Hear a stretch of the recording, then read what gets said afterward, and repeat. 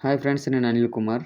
ఇది సైకాలజీలోని బిట్టు. ఇది క్రింది వాటిలో సరైన జతను గుర్తించని అడుగుతున్నాడు. ఆప్షన్స్ మీరు ఒకసారి చూడండి. ఇది అభ్యసన వక్రరేఖలనేటువంటి చాప్టర్‌కి సంబంధించిందనమాట. అభ్యసన వక్రరేఖలు అంటే ఏందంటే, మనం మన అభ్యసన వేగంలో లేదా మనం చదివేటువంటి వేగంలో కాలం గడుస్తున్న కొద్దీ వచ్చేటువంటి మార్పులు తెలియజేసేటువంటి వక్రరేఖను ఏమంటారంటే అభ్యసన వక్రరేఖ అనడం జరుగుతుంది. ఇందులో ఏమడిగాడంటే సరైన జతను గుర్తించమన్నాడు. ఇందులో మొదటగా ఆప్షన్ వచ్చేసి ప్రారంభ స్ఫూర్తి, అభ్యసన వేగం అతి తక్కువ అన్నాడు.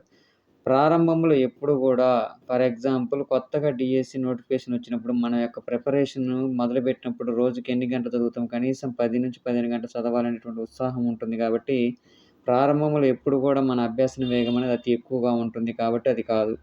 రెండోదొచ్చేసి చాంచల్య దశ. చాంచల్యం అంటే ఏందంటే ఫ్లక్చువేటింగ్ అనమాట. అంటే మన యొక్క అభ్యసన వేగంలో హెచ్చుతగ్గులనేవి రావడం జరుగుతుంది. అంటే కొన్ని రోజులు బాగా చదువుతాం, కొన్ని రోజులు అసలు చదవం. కాబట్టి ఇది మన పెర్ఫార్మన్స్ మీద ఆధారపడి ఉంటుంది కాబట్టి, చాంచల్య దశ అనేది ఎప్పుడు కూడా స్థిరంగా ఉండడం అనేది జరగదు. ఇక మూడవది తీసుకున్నట్లయితే పీఠభూమి దశ.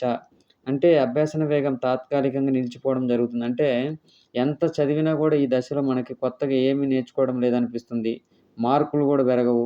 ఇక్కడే చాలామంది ఏం చేస్తారంటే తమ ప్రిపరేషన్ వదిలేయడం జరుగుతుందనమాట. అసలు ఇది పీఠభూమి అంటే ఏమిటి? ఒక కొండ ఎక్కుతున్నామనుకోండి, మొదట ఎత్తు అనేది పెరుగుతా ఉంటుంది. కానీ కొంత దశకెళ్ళిన తర్వాత మళ్ళీ ఎత్తు అనేది పెరగదనమాట. అది సమతలంగా ఉంటుంది. ఆ భాగాన్ని ఏమంటారంటే ఇంగ్లీష్‌లో ప్లేట్యూ లేదా పీఠభూమి అనడం జరుగుతుంది. అనగా మొదట లెర్నింగ్ అనేది వేగంగా పెరుగుతుంది. తర్వాత ఒక దశలో ఎంత కష్టపడినా గానీ కొంతకాలం అనేది ఇంక మన డెవలప్‌మెంట్ అది కనిపించదనమాట. దీన్నేమంటారంటే పీఠభూమి దశ అంటారు.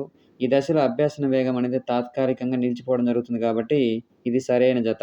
ఇక నాలుగోది ఏమడుగుతున్నాడు శారీరక హద్దు అంటారు.